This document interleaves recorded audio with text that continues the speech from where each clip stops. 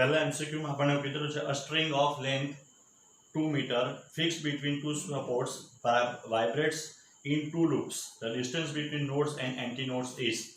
તો 2 મીટર લાંબી દોરી છે એના બે લૂપ, આ એટલે કે આ જેનો લેમ્બડા થવાનો, આ એન્ટીનોડ્સ આ નોડ્સ, તો આ જે ડિસ્ટન્સ આવવાનું એ ડિસ્ટન્સ કેટલું આવે તો λ/4, લેમ્બડા કેટલું થવાનું 2 મીટર એટલે 0.5 મીટર આન્સર આવશે, એટલે 50 સેન્ટીમીટર, ઓપ્શન એ. બીજો આપણને એવું કીધેલું છે કે a body of mass m raised to the horizontal surface, the coefficient of frictions between the body and the surface is mu. If the mass is pulled by the force P as shown in the figure, the limiting force between the body and the surface will be. એટલે કે friction આપણને જે પૂછેલું છે તે, તો આપણને એનો FBD દોરીએ તો આપણને ખબર છે mg n, આ બાજુ એના પર જે p લાગ્યો, આ જેને પુલ આપણે ખેંચે તો આ 30, એટલે આ બાજુ થઈ ગયું p cos θ, એનો બીજો ઘટક આવે તો અહીંયા p sin θ, એટલે કે p sin 30. Fx equals to mu s n, તો n બરાબર mg ની થશે, તો હવે થવાનું mu mg માઈનસ કેટલું થવાનું તો p sin 30. અહીં આ બેનું પરિણામી જે છે તે એના ઉપર શું લંબ બળ લગાવે તો mg મોટો થાય, p sin θ જે છે તે નાનો થવાનો, એટલે બેનો જે પરિણામી આવવાનો એ થવાનું, એટલે mu mg માઈનસ p/2, એટલે એ જ ઓપ્શન થવાનો એ ઓપ્શન સી. ત્રીજો MCQ, along the stretch string equation transverse wave is y equals to 3 sin 2x upon 20 minus t upon 0.01, where x and y in centimeter and t in second. The wave velocity is. તો અહીં આપણે જોવા જઈએ તો y is equals to 3 sin, જો 2 pi અંદર લઈ લે તો 2 pi into x upon 20 minus 2 pi t upon 0.01. તો આ જે આપણને મળે એ k થવાનો ને આ આપણને મળે તે ઓમેગા થવાનો, તો v બરાબર ઓમેગા બાય k, ઓમેગા એટલે 0.01 અને સોરી ઓમેગા એટલે 2 પાઈ ના છેદમાં 0.01 ડિવાઇડેડ બાય અહીંયા 2 પાઈ upon 20 kx minus omega t, ખબર પડી, એટલે 20 divided by 0.01, એટલે 20 into 10 raised to 2 centimeter per second, એટલે કે 20 meter per second. ચોથું જે આપણને એમ કીધેલું છે કે particle moving in a circular path, constant radius are such that the centrifugal acceleration is varying with time as proportional to rt square. The power delivered to the particle by the force acting on will be proportional to. તો હવે આપણે કહી શકાય કે અહીંયા a એટલે v² upon r, તો v² proportional to r² t², so therefore v proportional to rt. Power p બરાબર f into v સૂત્ર છે, f એટલે ma એટલે dv/dt, તો અહીંયા dv/dt કરીએ તો proportional to r થવાનો, અહીંયા v તો ખરો એટલે m કરી નાખીએ તો v proportional to dv/dt, તો dv/dt એટલે r ને v બરાબર આપણને શું મળતું હતું r into t, તો therefore p proportional to r² t, એટલે આન્સર સી. હવે પાંચમો, the linear momentum of a particle varies with time as p equals to a plus bt plus ct square. Which of the following statement is correct? તો ધારો કે આપણે વિકલન કરીએ તો f is equals to dp/dt is equals to 0 plus b plus 2ct, બરાબર છે. તો હવે f is equals to ma બરાબર b plus 2ct. પહેલું આપણો ઓપ્શન આપણો છે force varies with time in a quadratic manner, એટલે કે ચતુર્ઘાતના સમપ્રમાણમાં. આ તો કેવું છે t ના સમપ્રમાણમાં, એટલે બીજો ઓપ્શન જે છે force is time dependent right થાય, પણ c ને d કેમ રોંગ થાય? તો હવે તમે આનું ઇન્ટિગ્રેશન કરશો તો તમને વેલોસિટી અને ડિસ્પ્લેસમેન્ટ મળે. તો હંમેશા હવે ઇન્ટિગ્રેશન કરો t ની સાપેક્ષે t² થવાનું, બરાબર છે. આ રીતના આગળ જાવ તો t ની ઘાત વધતી જ જવાની, જ્યારે આપણને વેલોસિટી પ્રોપોર્શનલ ટુ ટાઈમ અને displacement of the particle proportional to time એવું નહીં આવશે, સ્ક્વેર અને ક્યુબ કદાચ આવશે જો તમે ગણતરી કરો તો. Next 6 identical conduction rods are joined and shown in the figure. Points A and B dimension at the temperature 200 degree centigrade and 20 degree centigrade respectively. The temperature of the junction B will be. તો જો આપણે વિદ્યુત પ્રવાહ માટેનું જો સૂત્ર લાગુ પાડે તો અહીંથી ધારો કે H1 જેટલો પ્રવાહ, અહીંયા H2 ગયો, અહીંયા H2 ગયો, સમાન વહેંચાઈ જવાનો, ધારો કે અહીંયા બની ગયો H3, કારણ કે આઈડેન્ટિકલ છે, બરાબર. એટલે જેટલો આનો ઉષ્મીય અવરોધ આવે તેટલો જ આનો આવે, એટલે પ્રવાહ વહેંચાઈ જવાનો. પણ આપણે એમ કહી શકાય કે H1 બરાબર 2H2. હવે H નું સૂત્ર આ છે, તો therefore Ka divided by L, આના છેદનું તાપમાન 200 માઈનસ T બરાબર 2 into Ka upon 2L, કારણ કે આની લંબાઈ લીધી તો આની લંબાઈ 2L જેટલી થવાની, તો આનું T minus T dash, તો therefore 200 minus T બરાબર 2 કેન્સલ, બધું cancel, T minus T dash, તો therefore T dash is equals to તો T આ બાજુ જવાનું એટલે T વત્તા T પ્લસ માઈનસ 200, તો therefore T dash બરાબર 2T minus 200 ડિગ્રી સેન્ટીગ્રેડ. હવે સેમ, હવે આ બેનો વિચાર કરીએ તો 2H2 is equals to H3, તો 2Ka upon 2L બરાબર છે, આના છેદનું તાપમાન T minus T dash is equals to Ka divided by L.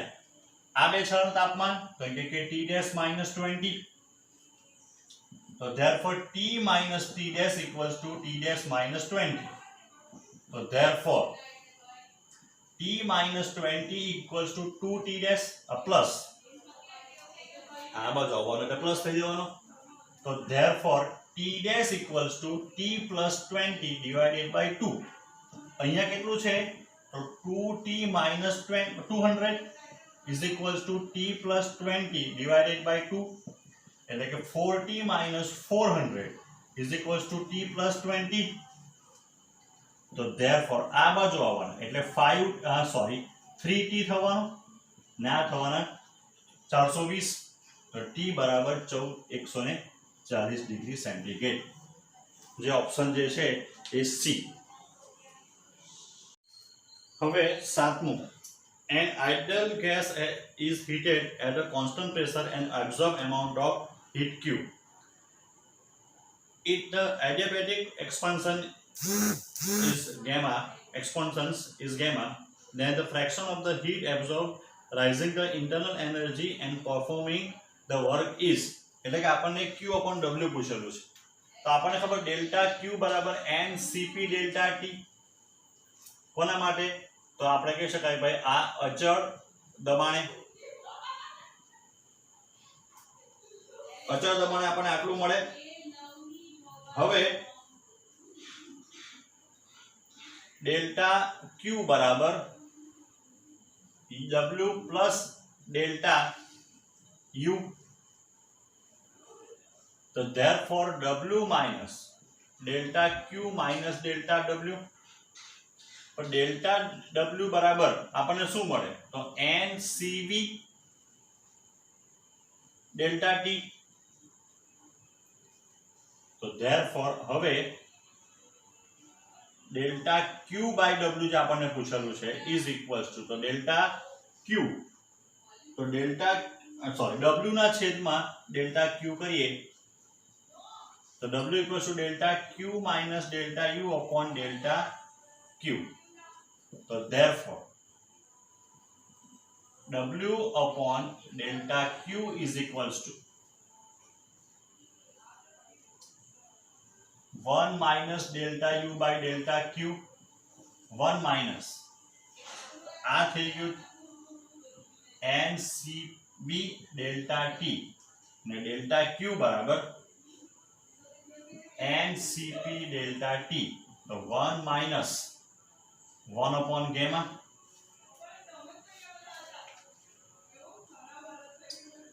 CP upon C એટલે 1 upon gamma થવાનું. આઠમો એકદમ ઈઝી છે. The frequency of the vibration of a mass m suspended from a spring constant k is given by relation f c m raised to x k raised to y. C constant, they find x and y. તો f equals to આપણને સૂત્ર આપેલું છે c m raised to x k raised to y. તો આ થઈ જવાનું t -1 જે આવૃત્તિ છે તેનું આપણે એમ કહી શકાય.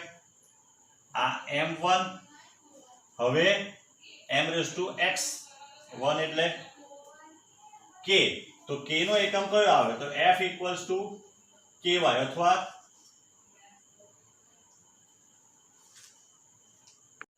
એ થવાનું m1 t -2 kilogram per metre square raise to y એટલે કે t raise to -1 m x plus y ને t raise to minus, therefore -2y equals to -1 ને x plus y equals to 0. તો y equals to 1/2 ને x equals to -y એટલે x equals to -1/2. Next, assuming the sun to have a spherical outer surface radius are radiating the like a black body at temperature T, the power received by the unit surface normal to the incident ray distance are from the center of the sun. Sigma is Stephen constant. તો Stephen બોલ્ટ્ઝમેનના નિયમ પ્રમાણે જે power સૂર્ય દ્વારા જે power radiate થાય એ power P equals to કેટલું આવે? તો એમ કે સિગ્મા અને તાપમાનના પર નિરપેક્ષ તાપમાનના ચતુર્ઘાતના સમપ્રમાણમાં ઇન્ટુ એરિયા. તો સૂર્યનો એરિયા કેટલો છે? તો સૂર્યનો એરિયા 4πr², કારણ કે સૂર્યની ત્રિજ્યા સ્મોલ r છે, આ સૂર્ય છે, અને એકમ ક્ષેત્રફળ માટે આવવાનું 4πr². Sigma a t raise to 4 સૂત્ર છે આયરું આપણે સ્ટીફન બોલ્ટ્ઝમેનના નિયમ પ્રમાણે. 10મો, the density of the substance is 100 centigrade equals to 7.25 gram per centimeter cube. 0 is 7.5 gram per centimeter cube. The coefficient of linear expansion is equals to. તો આપણે કહી શકાય, જો આપણી પાસે સૂત્ર છે v બરાબર અથવા v2 બરાબર v1 1 minus gamma t2 minus t1. આ આપણી પાસે એક સૂત્ર છે બરાબર. આના ઉપરથી જો આપણે ડેન્સિટીનું સૂત્ર બનાવીએ તો d2 બરાબર d1 1 minus gamma t2 minus t1 બરાબર છે. તો હવે d2 કેટલું આપણને આપેલું છે? તો 7.25 7.50 કેટલું છે? 7.5 1 minus gamma 100 minus 0. So therefore 7.25 is equal to 7.25 minus 7.25 gamma multiplied by 100. So therefore હવે આ બાજુ જવાનું આ બાજુ એટલે 7.5 gamma into 100 બરાબર 7.5 minus 7.25.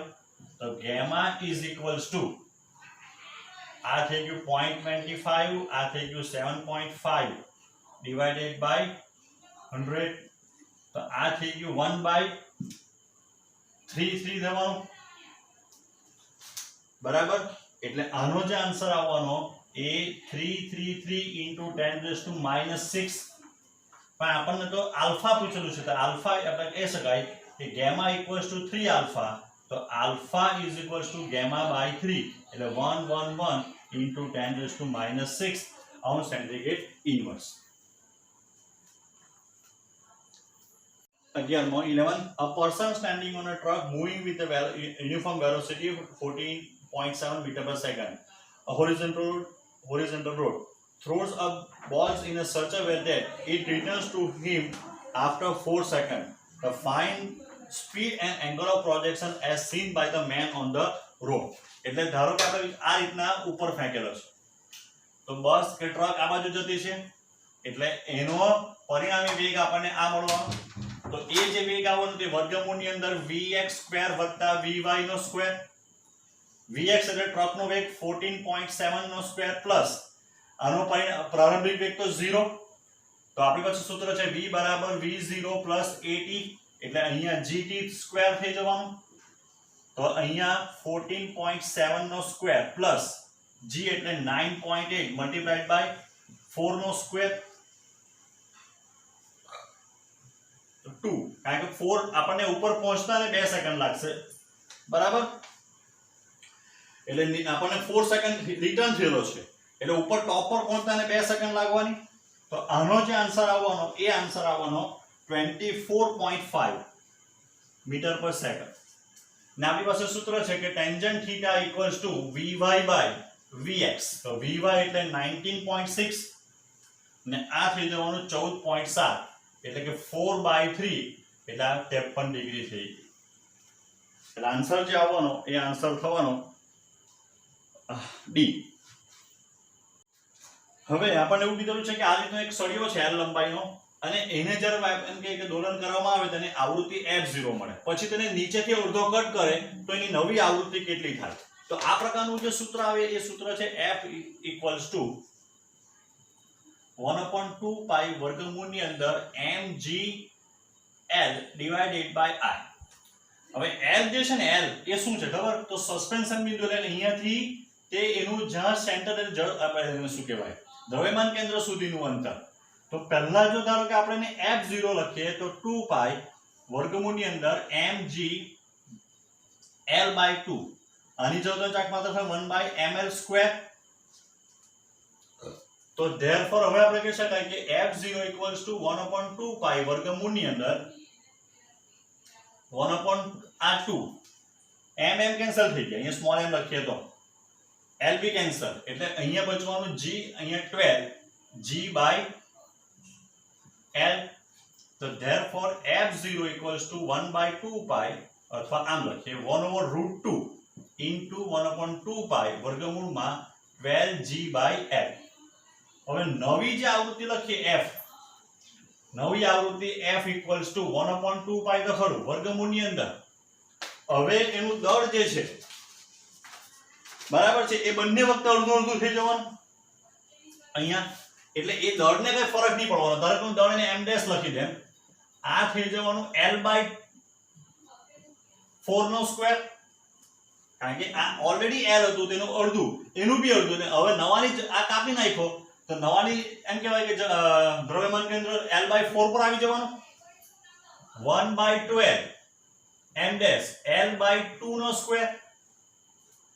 તો therefore f is equals to 1/2 આ 12 એ g લખવાનું, g l સ્ક્વેર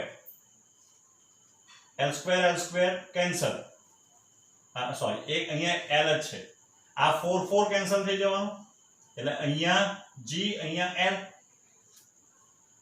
એટલે આ તો કોણ બની ગયું બેઠું આ, એટલે f0 equals to 1/√2 f. તો f is equals to √2 f0.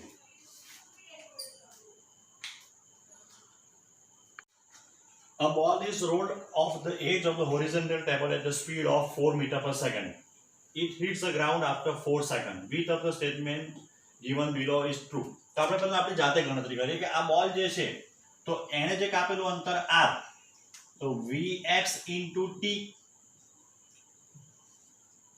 તો vx 4, t કેટલો છે તો t 0.4 એટલે 1.6 મીટર આટલો દૂર પડશે. એનો વેગ જે આવવાનો એ v બરાબર તેમ કે vx નો સ્ક્વેર વત્તા vy નો સ્ક્વેર. તો vx એનો કેટલો તો vx એનો 4 નો વર્ગ, vy તો ફરી પાછું gt નો વર્ગ. તો therefore v બરાબર વર્ગમૂળની અંદર 4 નો વર્ગ પ્લસ 9.8 મલ્ટીપ્લાઈડ બાય, તો મલ્ટીપ્લાઈડ બાય કેટલું થવાનું 0.4 નો સ્ક્વેર. અહીંયા ધારો કે 10 લઈ લઈએ તો v બરાબર 4 નો સ્ક્વેર પ્લસ 4 નો સ્ક્વેર, એટલે v ઇક્વલ્સ ટુ 4√2 મીટર પર સેકન્ડ. બરાબર, આટલો આપણને મળે. h જે છે h તો 1/2 gt સ્ક્વેર 1/2 આ 10 g બરાબર 0.4 નો સ્ક્વેર. તો h ઇક્વલ્સ ટુ કેટલા મળશે તો h ઇક્વલ્સ ટુ 0.8 થવાનું. ને tangent theta is equals two તો vy upon vx બંને 4 4 એટલે 1 એટલે કે થીટા ઇક્વલ્સ ટુ 45 હોરિઝોન્ટલ સાથે 45 ના ખૂણે નીચે પડશે તો આ બધું જો આપણે જોઈએ તો આપણને જે આન્સર મળવાનો એ આન્સર કેટલો મળતો હોય મળવાનો a it hits the ground at the horizontal distance 1.6 meter from the edge of the table.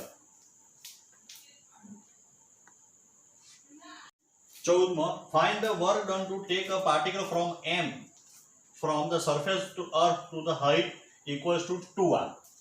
तो w बराबर डेल्टा p तो g m into me divided by 1 upon re divided by 2r e 2 ની પણ થવાનું 3r કારણ કે પૃથ્વીની સપાટ ઓલરેડી સપાટ એટલે કેન્દ્રથી r જેટલા અંતરે પૃથ્વીની સપાટીથી 2r એ લોકો r જ કીધેલું છે તો આ થઈ ગયું g me into m